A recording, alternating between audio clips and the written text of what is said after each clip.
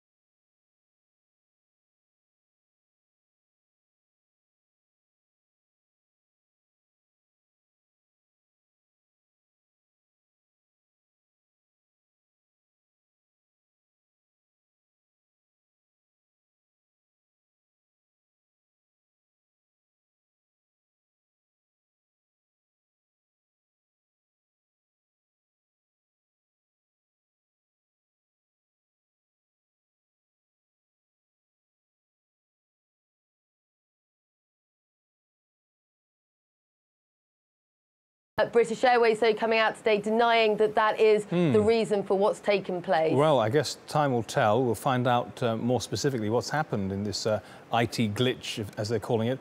The disaster recovery programme. IT experts are saying that BA should have had something more comprehensive in place. Is that a fair criticism?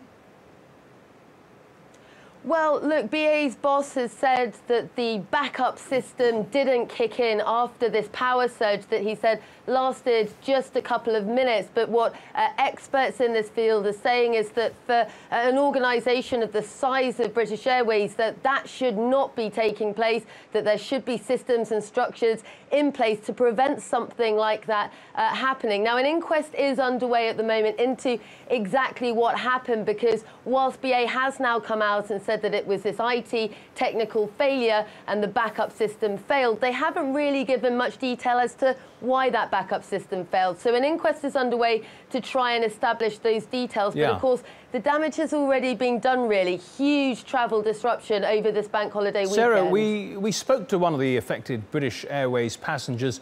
She was trying to get to London from Venice. Here's her experience.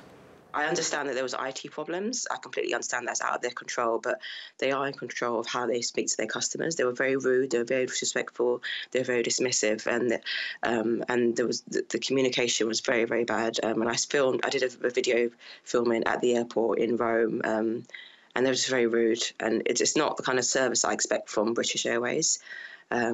So I'm very, very disappointed with the customer service that I've received, and I've been treated very, very badly by British Airways.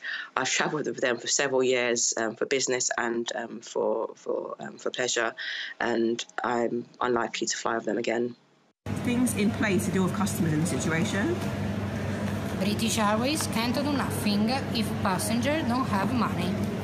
It's not that I don't have the money. I don't have the money to pay for a hotel. I've just spent hundreds of euros on hotels. British Airways don't have a way to do nothing.